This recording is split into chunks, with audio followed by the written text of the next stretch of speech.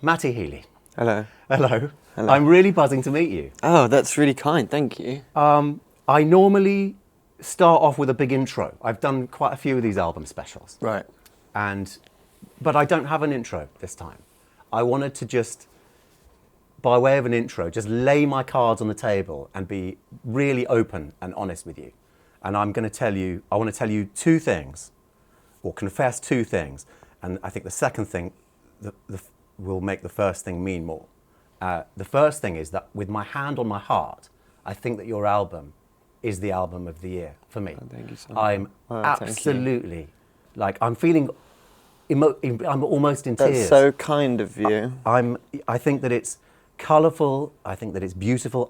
You can hear it in my voice. I'm almost in tears. Man, that means so much to me. Thank you so much. Mate, when I got to the end of your record, I was that far away from crying. I was that far. And that doesn't happen with records. I've cried at 5 gigs in my life, but I've never cried at the end of someone's record because that's such a cold thing. Yeah. It's just like Mike Skinner says, it's a bunch of numbers in a machine. Yeah, right. Do you know what I mean? Right. And it made me cry. It made me just so close.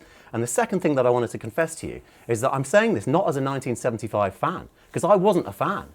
I am now. Yeah. I'm a convert. You've completely won me over. The evangelist in me has done it. So I'm buzzing because I've got that sort of energy of when you discover something that you really love. love. I love that. I love the idea that it maybe is exaggerated because it's twinned with this kind of misconception. And it's nice that you're obviously a very open person, and the idea of change and embracing it as is a really good thing. So that's really cool for me to hear. The fact that you found it so moving, I mean, it's like I think that every time I'm, I suppose, like as a writer, every time I do something that I think is me, is the most specific to myself. Therefore, maybe the most impenetrable, the most people won't really get that because it's so me.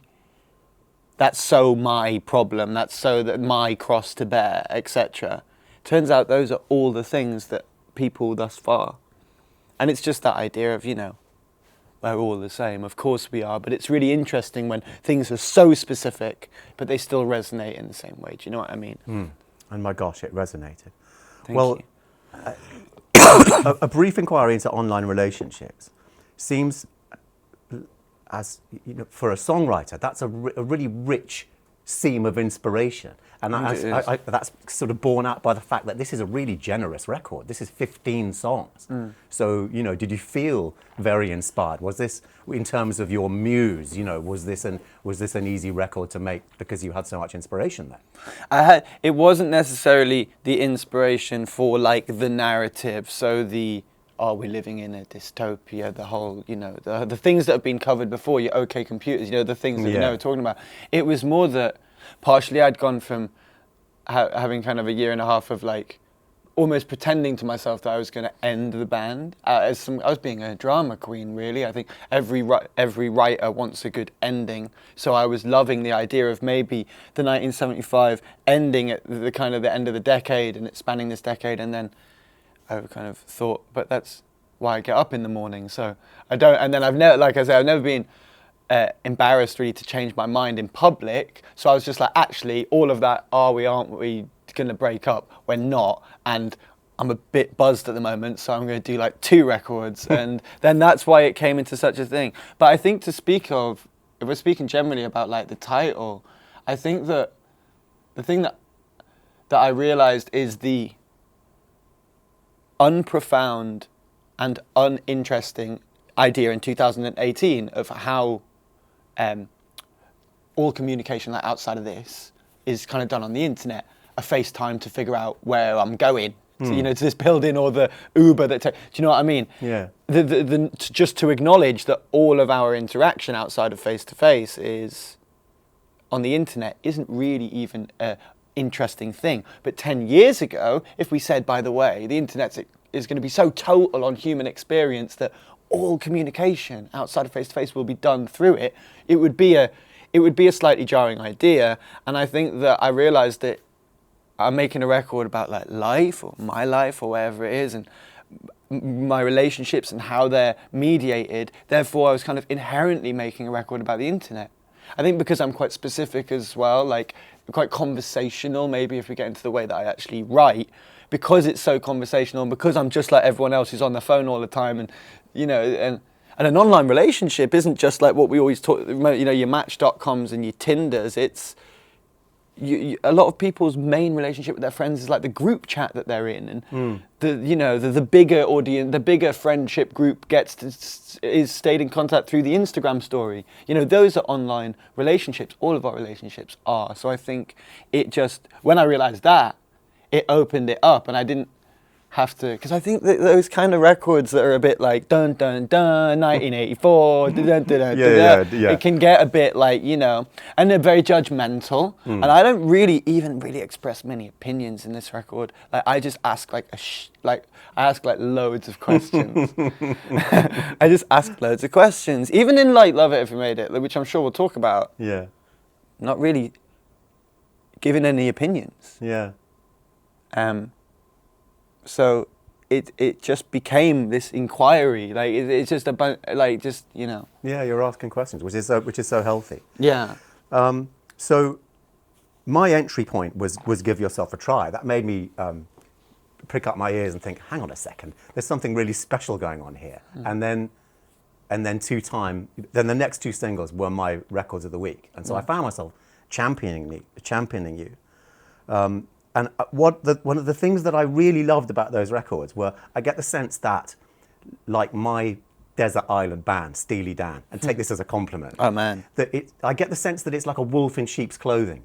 That in the Steely Dan way, that the music is really uplifting and kind of upbeat. But then if you go behind that, there's something darker and much more emotional and very, you know. Of course. I mean, that idea is one of the, I'd say, major ethoses of the 1975. Do you know what I mean? The apocalyptic sense, the early days was the apocalyptic sense of being a teenager in a major key. Do you know what I mean? So you have to cover all of this really emotional ground, but it still feels like a John Hughes movie or something.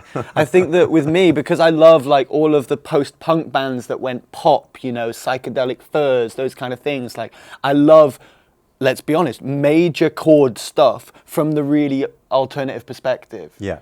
Like just like Honey, you know, the entirety of Loveless. So it's like, so I've always been obsessed with those things, and I think that with Two Time and Give Yourself a Try, there's a real freedom to both of them, because it's like there was that whole thing. Like when I was younger, I get, it seems to be this one like inside my body feeling that I get when I get moved by like music. Like I'm sure you know what it is, and it's a massive umbrella. So it's the same feeling that like I got when I was younger or whatever, when the music of Girls Just Want to Have Fun, right? I'd get the same feeling inside, not in my brain, but in my heart, from like the lyrics of Hallelujah by Leonard Cohen.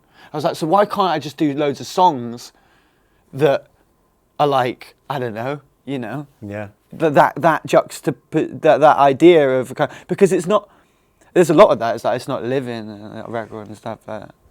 It makes it more emotional. Because it's about the distance between the points then. You know, you've got, you know, this very happy exterior and a very heartbroken or heartbreaking interior. But sometimes things can be so beautiful for me that they're heartbreaking. Do you know what I mean? Oh, so yeah. It kind of it works for me. Like, yeah, totally. I completely get that. Yeah. So now, I've talked about those two singles that I championed, but now that I've listened to the record, I've had it for a couple of days and I've listened to it twice, and like I say, I was practically in tears. It's so I'm so humble. It's not out yet as well, so you got to remember that was me in a house. So this is like really pure reactions that I'm getting at the moment, and it really means a lot. Thank you. Oh mate, hand on heart, I just call it like I see it. That's very kind. Thank you. I'm brutally honest. That's really lovely. So the thing that I really, really love about this record is the production. Who produced this? Like this, it's like a magician you've got. Who is it? George Daniel. who's in the band? Yeah, he's the me and him do everything. Right. Oh, right. So it's self-produced. This. Yeah. Wow. So George is the magician, and George is the magician. So he laces it together. He's my hands and my heart. And no, what is he? What have we got? Brain, heart, hands. I don't know what we are. A bit of both, but we are a fifth. I mean, listen. We started a band at we were 13. I was like 14. He was 13. Yeah. I'm like 29 now. We are that we've never left each other's side. So we are this really symbiotic kind of relationship, and we love making records. And listen, like, we couldn't get signed by the time we couldn't get fucking arrested. Sorry, I can't swear. We couldn't get arrested until we were like 23. So we'd been in a band, been in a punk band, started making dance music, 18, 19, 20. People don't really care about our band. Maybe we can be producers, start kind of learning how to record. Like, we've been recording our band for 15 years now. Yeah. So this record is a testament. The nice thing about the production for this record is that me and George produced the record, right? Yeah. But in the way that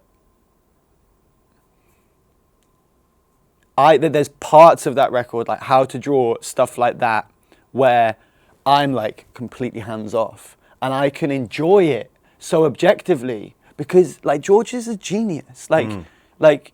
I don't get to say that about myself, and I never would. But when I get to watch him work, then listen to it, then see how it's sonically expanded, then see how it's placed sonically, all these kind of things. And I'm part of that, but he leads it, and it's like, I get to like listen to a song like How to Draw and be like, that's a masterpiece, and it's on my record. Yeah. So I'm really happy about that because he's amazing. Yeah, I think you're quite. I think it's quite fine to use words like that about this record. The production for me was like, would you know what? Do you ever watch A Great British Bake Off? Yeah. Oh yeah, it's the only thing we streamed when we made our last record. Okay. Yeah. So it's a showstopper. It's like it's layer after layer after layer of just loveliness. That's amazing. One of those like incredible cakes that's got loads of layers. Is it just Paul has a mouthful?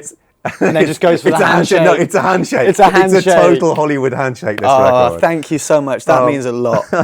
So there's one thing that I wanted to, but we're going to go into a few tracks, but there's one thing that I wanted to just share with you about just an experience that I had. Like I say, I have no baggage with you. This is why this is a lovely, very honest exchange. Because exactly. I got no baggage with you. I didn't know anything about you, your parents, or anything like that. Yes. I just listened to you got the a music, record. and I didn't get you before. I listened to this record or these records, and I know we can't swear, love you now. Thank you so much, man. It'll bleep like a dream. I went on my Twitter earlier this year, spring sort of time, and I said something like, I really miss proper rock stars, like my kinds of rock stars, the beautiful, androgynous, interesting, arty, druggy ones. And I think that this guy might be the one that I'm missing. And I put up a picture of you, and I got so much stick. Oh, yeah. Why is that? Is it because you come from a showbiz background, or what's the prejudice? Is there a prejudice? There'll be loads of things. I mean, it'll be part of your generation because there's a tribalism to any generation. So anything that has...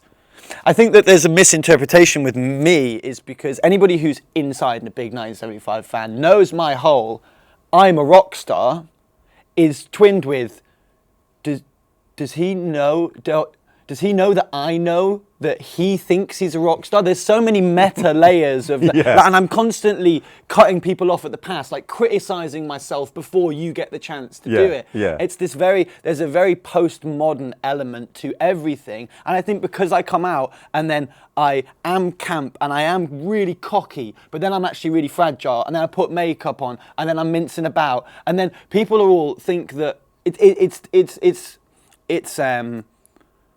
I don't know. It can be... I don't know. I think that if you understand that I know what you're thinking, it's way easier to be into my records. Because I do get it. If you're like 40 years old or whatever, and you see somebody, and the first thing is, he thinks that he's like Jim Morrison. Then you're gonna be like, I get like that with bands, because it's regressive and it's retro and it's been done before and it's boring and it's recycled. But because of my knowledge of that, the rock and roll thing, the only time that I play with that is like on stage. My records are like R&B records, and when it gets to like rock, it's when the riff is distorted or the drums are loud. I'm not like trying to do some Zeppelin or Foo Fighters or like anything, like, you know, I dabble in like really alternative rock music that's already been graced with really beautiful stuff like shoegaze and stuff like that. I don't do like meat and potatoes, like I'm not into that. And I think a lot of people, when you say I want a new Mick Jagger, I want, like, you know, it would be nice to have something like that. The fact of the matter is that the vocabulary is so large now, we don't get those things anymore. That's why none of those things exist anymore, because to be a rock star is to be a pastiche. So you have to be something new. So if you're going to even play with that, you have to kind of be a modern version of it. And we need to embrace that, like, modern black artists are the new rock stars. Like that's where it's at. That's what's happening. That's also younger. Do you know what I mean? Like, you can just see it as trends. Like, why is there's no, that you could never get away with anything remotely misogynistic in rock and roll now. But you look at, like, you know, your Motley Crues and you look at the 80s, right? And even at times of the 60s, right? Yeah. It's because rock and roll's been around for so long. That's why, like, in hip hop, you've got all these, like, kind of amazing black male artists like Drake and Kanye who are incredible. And one of their things is that they're so in touch with themselves, but their relationship with women hasn't caught up to that. Do you know what I mean? They're still like, I'm incredibly in touch with myself, but I still got bit. Do you know what I mean? Yeah. So, and it's because I think the art form is so young that, and anybody who was there when it happened, rock and roll, is going to want to be like, I want to be young again. That's really what people are saying, you know? Like, you know? Oh man, I feel like I could talk generally for such a long time, but we've got to get into it. Yeah, but I'm enjoying this, so I'll delay. I'll keep talking. Oh, thank you. So just the top of the record. Am I right in saying, because I don't really know your history, that you do like you have the same lyrics at the top of every album, and then you just change the track to suit the record? Well, each song starts with the first album was called the 1975, and we were called the 1975. And I thought it would be cool to have the first song on the first album by the 1975, called the 1975, be called the 1975. Yeah. And I did that, and it was quite obviously the intro to the record, kind of the intro to the world. Yeah. This is I tend to use a lot of my language of how I talk to the band from what I've got from fans. World, era, you know, this whole thing that they talk about. And so there was this one thing, and then I was like, well, we have to do it again, right? Because it's like this, I suppose it's like clocking in, you know, like it's the same thing. It's like turning up at the front door, you know, you look a bit different, but it's exactly the same person. You know, your hair's different. Like, you know, it's that kind of thing. And it could just as easily be just called intro. Exactly. Every time. Exactly. But it's our thing. And I think it's like with all of the bits of subtext. And if you get like, there's such a rabbit hole to go down with the 1975, which your fans do so willingly, because it's so my life and my perspective. It's laden with subtext and self-reference. And this song references that lyric from that one and then makes a joke about how this song is naive. And then I drop things in videos and all these kind of things. And it's because I just love music, and I love like video games, and I love like movies and art, and the best ones are the ones that make me feel like personally addressed, where it's like, oh, he's talking to me. Like, I know something. So it's like, it's not like a humorous gag, but it's a gag. It's like, you can listen to it and be like, oh, it's a piece of music that I enjoyed. But if you know, you know. And I like, you tend to, it's like all those things have kind of helped us create like this sense of community as opposed to just a fan base. So much community within it. And I suppose it's because try and treat it like a real life relationship. The more we invest in it, the more they invest in it, and the more rewarding it is, you know, for both of us. Yeah, and I would guess that you're closer to it without knowing you. My favorite pop stars, rock stars, idols are the ones that are still fans. No matter how famous they get, they're still a fan, and I bet you're that. Oh man, I'm a fan. Like, do you mean of like other artists and stuff like that? Yeah, of anything, of everything. And I find it so inspiring. Like, I'm not gonna name drop. Well, I am gonna name drop, but somebody who I've I'm not, I can't say become a friend of mine, but somebody who I'm privileged to be in contact with now due to them being into my band was like Mick Jagger. Oh, brilliant. Like, so do you know what I mean? It's like, and the main thing about that, just to talk about that, is that I supported the Stones in like 2013, and we were in a dressing room next to them, and we could hear this rumbling next to us, and we listened through, and it was the Stones rehearsing. It's like Beast of Burden or something. I was like dying. And I thought, hold on a second though. Yeah, this is an amazing moment. We're listening to the Stones.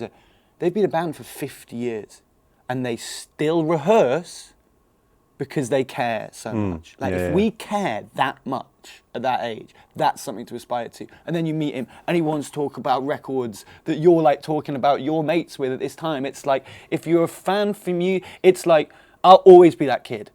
I'll always be the kid at Leeds Festival who went with a tenner and no tent, you know? Like, I was there for it. I was just there for it. I'm here for it. You and me both. Exactly. So going on, give yourself a try. That was my entry point to you. That was my entry point to the band. That's where I fell in love.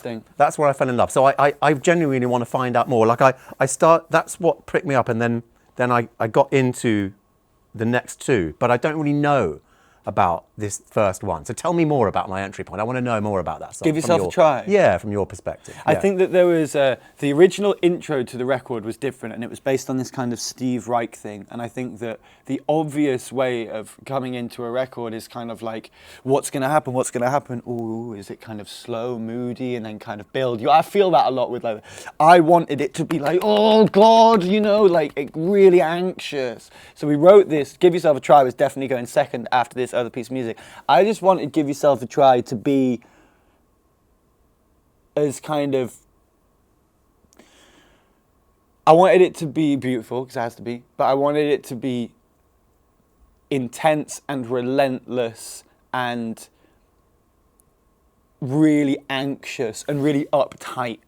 Like, I wanted it to be like really tense and really uptight and really kind of like, but quite forgiving. Like, I wanted lyrically it to be quite, I think once I started writing it, I just wanted it to be quite kind. Well, the melody is. Yeah, the melody. Oh, yeah, it always is. The beat is kind of frenetic. Yeah, exactly. And tight. But then it's quite. I think that there's always a. It's like I always use the words of like faded splendor. Like, I always use My Bloody Valentine as an example because it's a deeply alternative record, but it's essentially it's like loads of pop songs that sound like they're drowning. Do you know what I mean? It's like this real.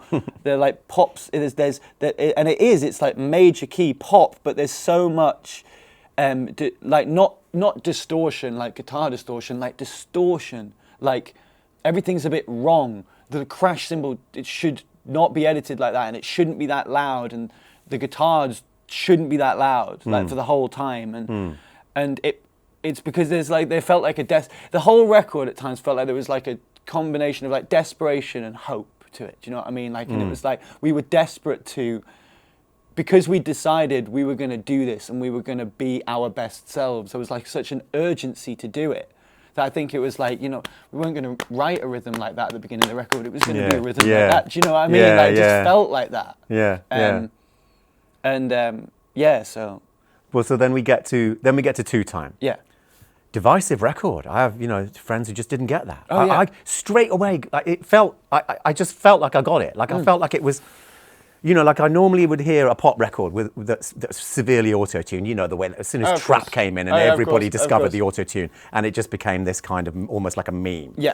And I felt that you were almost taking the piss out of that, or deconstructing it and then reconstructing it, and just going, "This is how to do it." Well, I mean, it's an instrument. I think that as a producer, I tend to kind of. I can remove myself from it and think, well, what's going to serve the song? Not only does it put your voice in tune, right? It is a kind of like a compressor, and it accentuates the absence of, accentuates the start of the film. So you at my eyes, it's just my voice. It's like, if it's robotic, it sits with the punctuation of the song and how the syncopation of everything, and it's like. It made you sound like a happy robot. Exactly, and I mean, purists within music are so boring, so dull. Because I mean, it's just like, sorry, it sounds like I care. I don't. It's talking about two time. I think that it's like, I'm at a point now where I think, yeah, that's a good example of maybe to say, just to say that, because I think it sums up quite a lot of things. A lot of people say like, was stuff like is bold, the whole album, like, it's like bold. It's like, or it's striving to be bold, or it has this kind of sense of, wanting to be grand or something. Yeah. And it wasn't striving to be bold, it was avoiding being bored. And like, we're on our third album.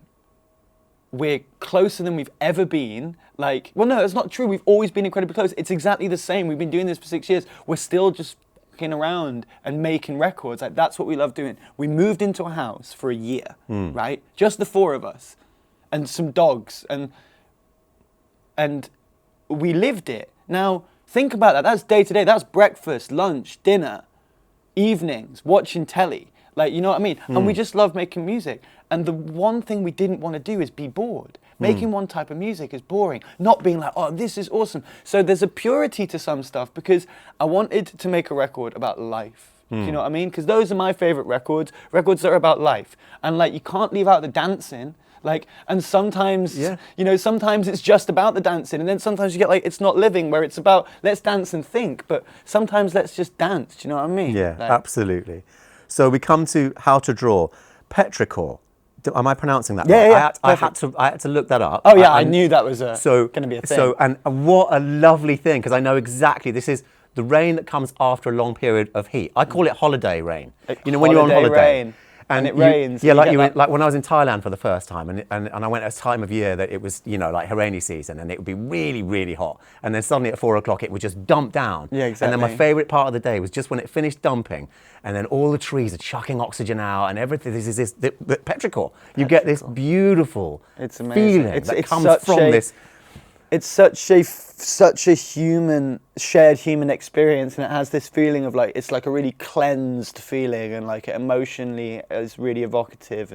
And I love it comes from a list of words that are completely untranslatable in other languages. There's really beautiful words. There's a Swedish word, I don't know how to pronounce it, spelled like Gogota. That's on Notes in a Conditional Form, actually, a song called Gogota. It means to go out, I think to go out in the morning and appreciate the morning for the morning, which is beautiful. Like, I love these, like, the idea that somebody felt the need to condense that into one kind of... Yeah, there's a word in Japanese that you reminded me of, which is, and the translation is forest bathing. I mean, when you go into a forest, it's so beautiful. But I think that there you go. That's probably the good segue to talk about how to draw. How to draw, for me, the only objective that we ever have, really, with the kind of lots of ambient music, and I think that George is a master of, is that the best pieces of ambient music for me, Brian Eno, Sigur Rós, Nils Frahm, all these kind of boom. I mean, listening to that tune, because, I'm going through the album for the first time, and then suddenly I'm faced with this, like, and I'm a huge Eno fan, I'm a massive Sigur Rós fan, and to me, it was almost like Sigur Rós doing Blade Runner and doing a Brian Eno. I mean, but then suddenly out of nowhere, this UK garage beat comes out of nowhere, and I laughed, like, I was like, oh my God, this is such a surprise. It was such a beautiful surprise. Well, that's the thing. Ambient music, man, it's like words, visuals, lyrics. They suggest you how to feel. Music, ambient music by itself commands you how to feel. You have no interface with ambient music. You don't get to choose, right? And I think that because there's that element of it, and it's not exposed to even the human experience, you can get lost in it, having a massage, ambient music for environments, ambient music, but people don't realize that. Like, anyway, my favorite ambient music is music that kind of sounds like it's striving to like be like, I don't know, a real boy, like to be real, like to be a forest or a river or a lake or a, like, that's really important to me. And then garage music for me, beautiful garage music, Burial, stuff like that,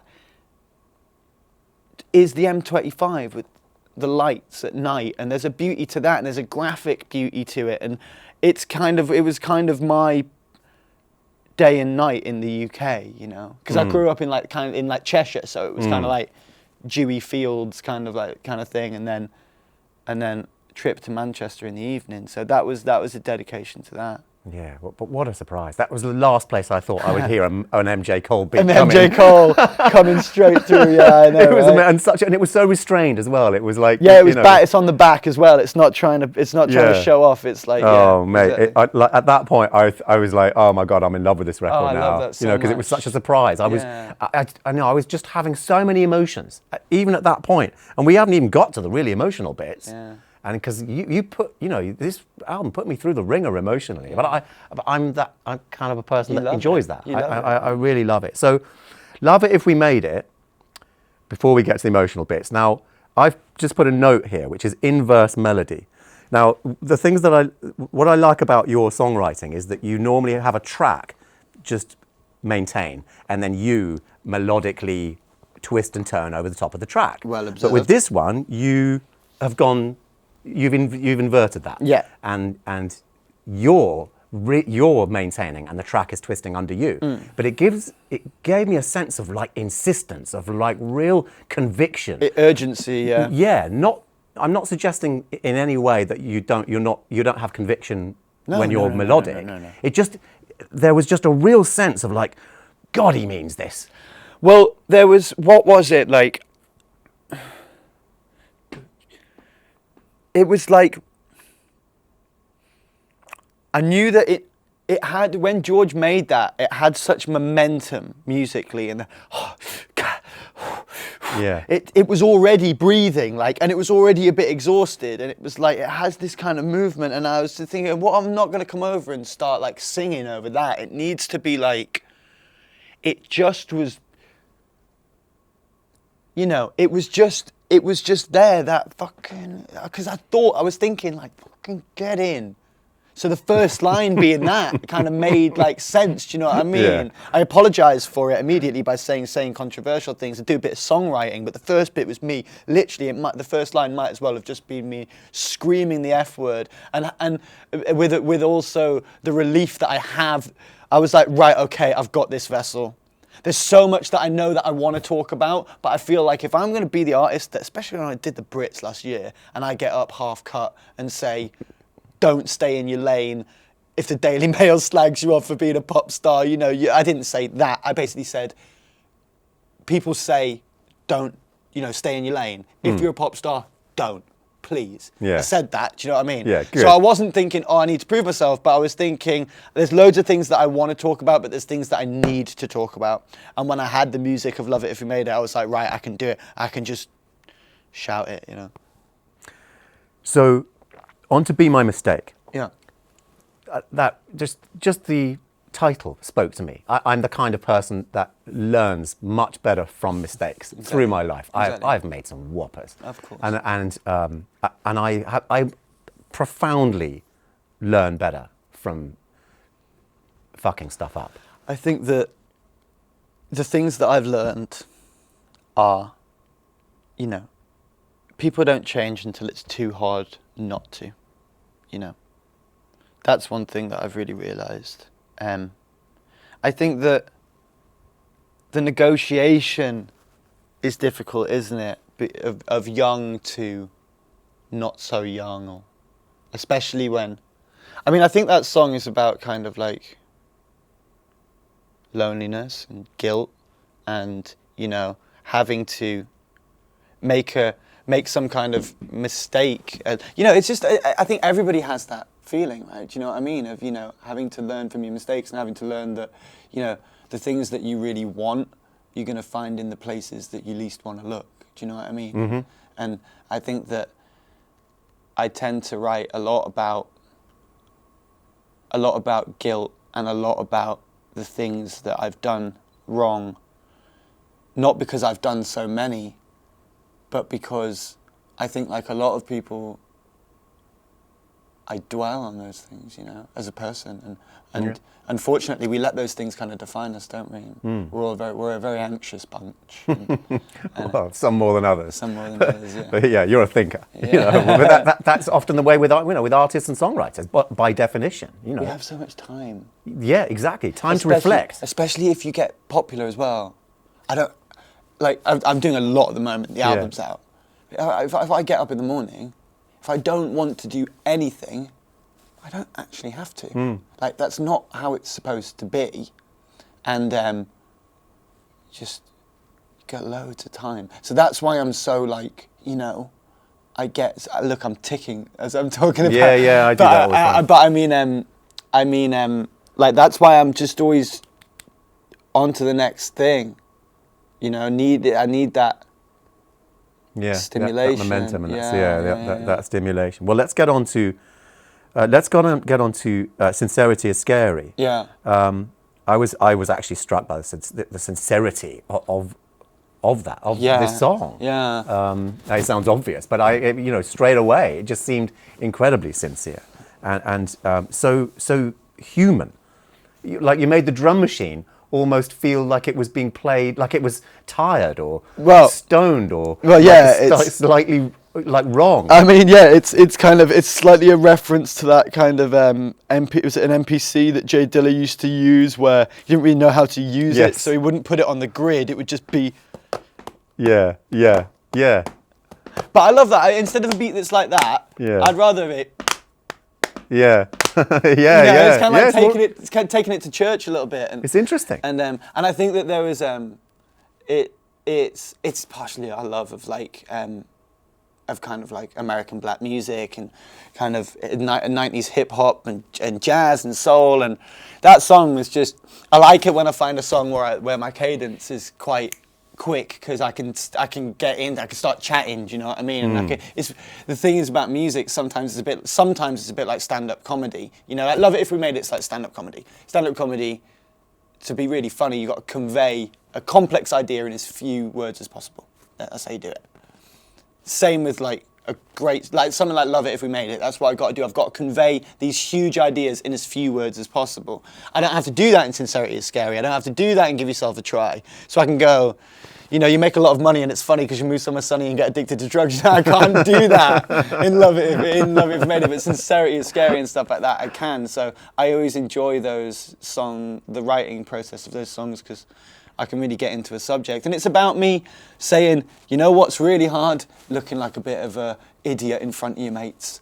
Like, if we were all better at that, the world would be a better place. Do you know what I mean? If we were better at just saying that we'd got it wrong and dealing with being a bit embarrassed and being soft and naive. It's so much easier to be sarky or ironic or take the mick instead of just like be soft and naive and like get it wrong and like be a bit obvious and like, you know, these things that we're terrified of, especially in England. Wow. Like, yeah, well, but yeah. Yeah, that's my first words to you were, I got it wrong.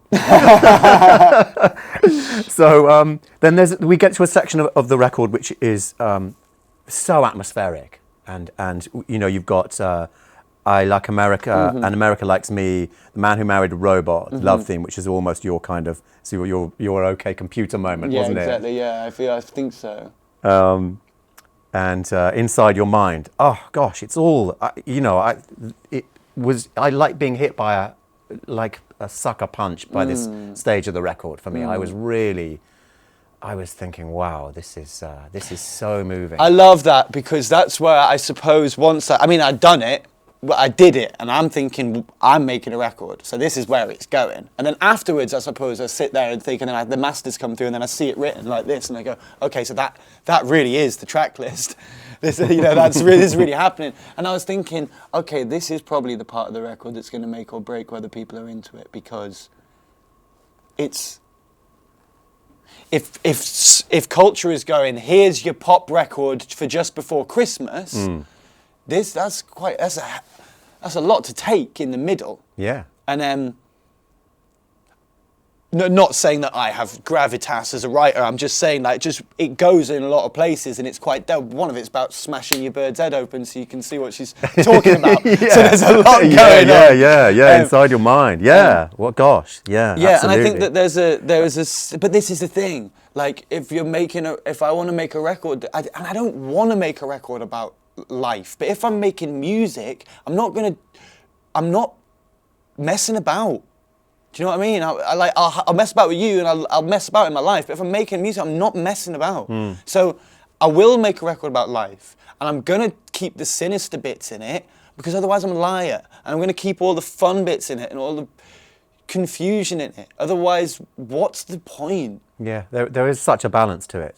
And like I said at the beginning, all of the emotions. I had emotions firing out of every pore with this record. No, that's amazing.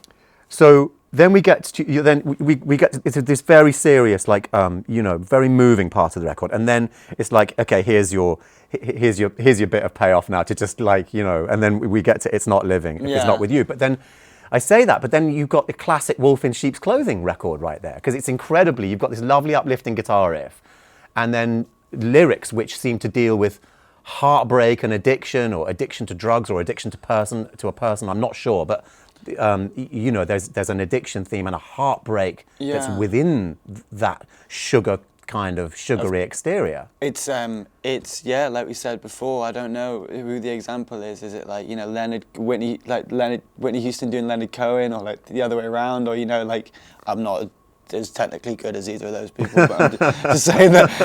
I mean, the idea of something sugary and sweet with like.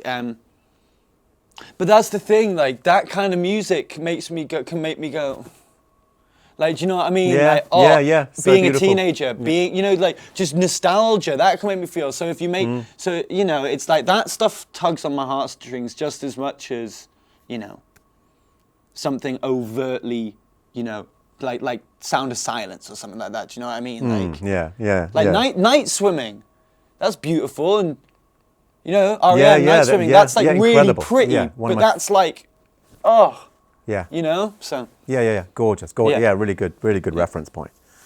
I'm aware that we need to get on, so I'm going to just we got a minute. We shouldn't rush. Yeah. Well, so then we get to Surrounded by Heads and Bodies. Beautiful. Like, you've got back to an acoustic guitar riff, which you had somewhere earlier on in the record, but then there's layers of production. You're not content with just having a guitar and you. It's like there's so many layers. That cake. There's so many treats in there. I think it's interesting because it's like we just like letting each other just do our own little thing. So like it's kind of like you watch from a distance and just make sure I don't want to interrupt him doing his thing, but I know what he's trying to do, so So that's kind of George with me when I'm doing.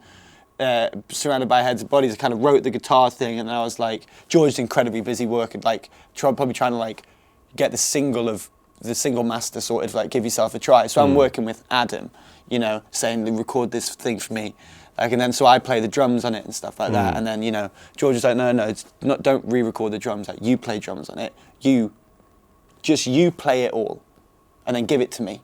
So that's the way that one worked. So and then Ross plays bass on it, I think. But I played everything else. Yeah, but I love all the little nuances. That it's kind of like you put spooky little noises and sounds and things that I don't even know where they come from. It's so important to me for it to be detail.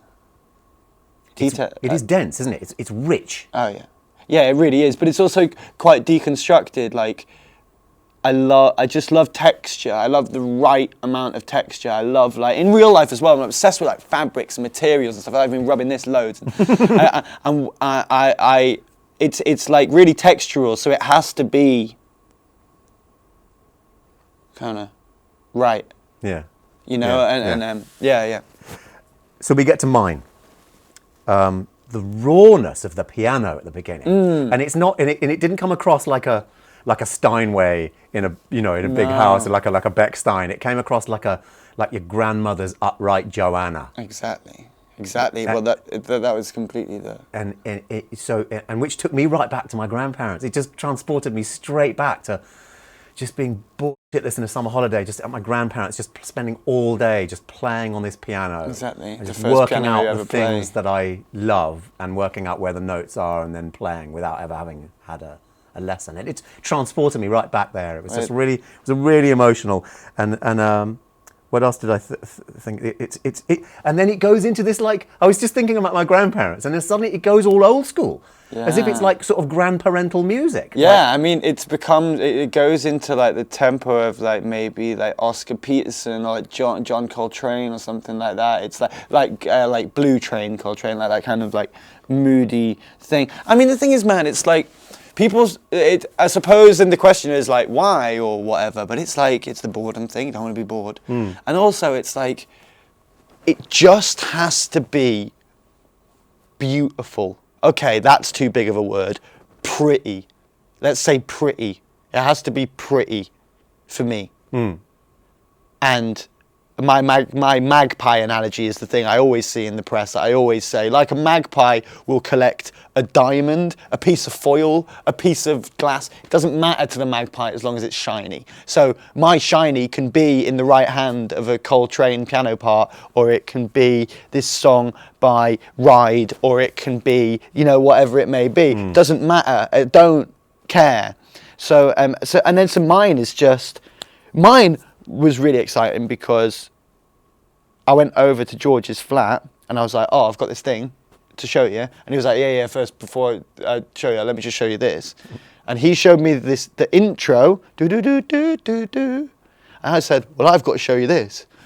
No, there comes a time. So it was this real, when we were like, oh, we're proper doing it now. We're doing the like songwritery thing where we kind of on a wavelength. It was the same key. Yeah. We never write in E as well. Oh no, we do write in E quite a lot. But yeah, anyway. But it was in B. Yeah, nice Yeah, coincidence. exactly. I love those coincidences Yeah. when they happen. So we're getting there now. So I couldn't be more in love. Now, my first thought on this was, would you know what I said? What I was talking about if I said yacht rock? Yeah. Right. Of So course. straight away I went yacht. I thought, oh my God, they've gone yacht rock now. And now that you're talking about this boredom thing, it's making sense. And dare I say it, Backstreet Boys. Oh man, don't even go there with Backstreet Boys. Tell me why. Man, like we got a song called She's American, and in the breakdown live, we actually go, you are my fire. Like, I'm a huge Backstreet Boys fan. I think that I grew up with those records as well. I'm a big Backstreet Boys fan. I think that I love that record. I think there's like Boys to Men in there. There's the more yacht rocky elements. There's like 10cc in there. There's the big chord change near the top as well. Oh yeah, of which course. Is so then. Yeah, exactly. That big chord yeah, change. it's like it's all like, I mean, yeah, you can reference Michael Bolton, Michael McDonald, like you can reference all those things, but it's more like I think a lot of that adult contemporary stuff. There was a conviction, can we say, to the voice of Michael Bolton. Oh baby, Yeah. But we didn't really. I don't know how much we always believed those guys like that. Do you know what I mean? Well, his Whereas mullet got in the way. I believe me on I Couldn't Be More in Love. I think that's where the difference is. It references where music's been before, but it's me at my most sincere. Like, I'm not messing about, like I said before in that song. Yeah, and it still sounds contemporary. You know, you're taking these reference points like a magpie, but you're making it sound very now. Yeah, I think that's just fortunate happening. So, I'm glad you didn't walk out when I said Backstreet Boys. Oh mate, you should have said it earlier, mate. Yeah. So the last track, 15, 15 songs on an album, which is, in my day, that would have been a double album. You know, that would have been 2 pieces of vinyl, maybe a triple. Well, it is 2 pieces of vinyl. Yeah, 2 pieces, it'd be 2. So the way that you end it, it's really important how you want to leave people, right, at the end of a record. Yeah. You know, I'm very interested by the last, I almost want to do a show of just last tracks from lots of different albums. And this one, my first thought was... That's a good idea, by the way. Boss, did you hear that? My first thought was, well, obviously, it's a heartbreaking title. But it sounds like, with the title aside, it sounds like redemption. It sounds like there's hope. It sounds like I went through this whole emotional journey with this record. And at the end, you left me with hope. There was a redemption about it. How did you want to leave us? You know, what was the... Did you write this as a last track, or... I very quickly knew it was going to be the last track just because of the way that it made me felt, and it's because I think I wanted people to think, it's funny though, eh? All of this. Life is the ultimate gag. Yeah. You know, like, look how much we're trying. Look how much I care. Look how much. Why are you crying? Like, look at how much we're living, and then we all die. Like, isn't that kind of funny? you know, like not funny, but like, isn't it like, and so let's accept that, you know, we can live. Let's just live our lives and allow those releases: sex, drugs, art, religion, whatever you want it to be. Those things of like giving up. Let's let them happen and let them be stuff like records. And I think actually, if I want to be particular, the thing I think I'm talking about in I Always Want to Die is that, for a start, it's funny. I always want to die sometimes. You know, the meme of it's just so hard to be a person. That's kind of what I'm saying, right? It's very hard to just be.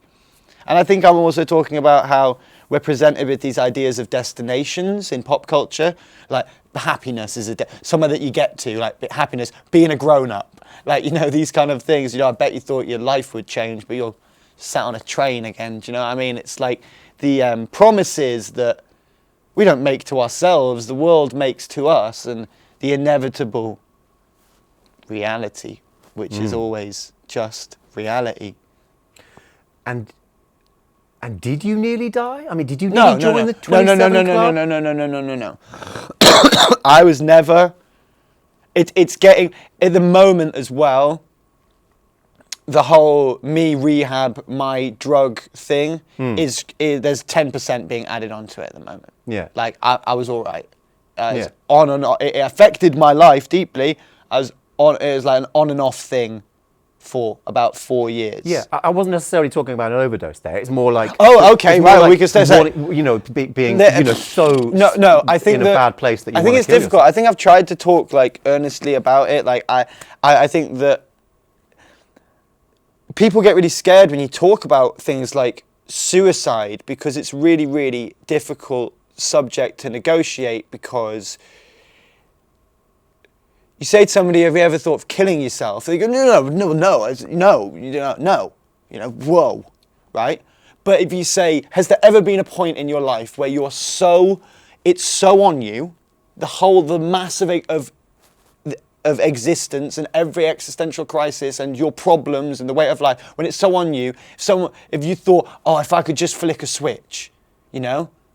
It's kind of semantically how we word it, do you know what I mean? I think... if you've thought about it, it's part of the human experience. If you've planned it, I would urge you to get some help and talk to people about it. Because planning it and thinking about it as an idea are two very different things. But I think I Always Want to Die sometimes, I think there's a line in it, it's that if you can't survive, just try. You know, I know, I get it. Just, you know, it's nihilism or God, or just trying. Yeah. You know, so choose one. I'm just so happy that we're having this conversation, and that you have, you know, that you're addressing it, even with that title. I'm the chair of the Music Board of Calm. I've been dealing with suicide for the last 11 years since Charlie from Uella Swimming Pool killed himself at Pukkelpop. I remember that. Yeah. And so, you know, I'm so happy that you just said what you said. But back to this last song, back to I Always Want to Die Sometimes. When I thought it was over, but it just wasn't over. And I thought, oh, hang on a minute, there's a bonus track coming in or something. I looked, but it wasn't a bonus track, it was the track. It just finished. And then suddenly, the first 3 notes of Star Trek happened on strings. And I just thought, oh my God, what's happening here? Like, it's the beginning of something, but then no, it is the end. But the feeling that it left me with was, it's not over. And is that a deliberate thing? Because this is kind of like a 2-album deal. Exactly. Well, you can make that decision, but that feeling was the intention. There's such a finality to, especially a song in E and an acoustic guitar finishing by playing E after you've said your piece. And then so I wanted it to be like the end of The Graduate. That's what I wanted it to be like, you know. Yeah, well, you succeeded. Matty Healy, my hat goes off to you. Oh, thanks so much. You're so kind. Thank you. Thank you. The best music all day. Virgin Radio.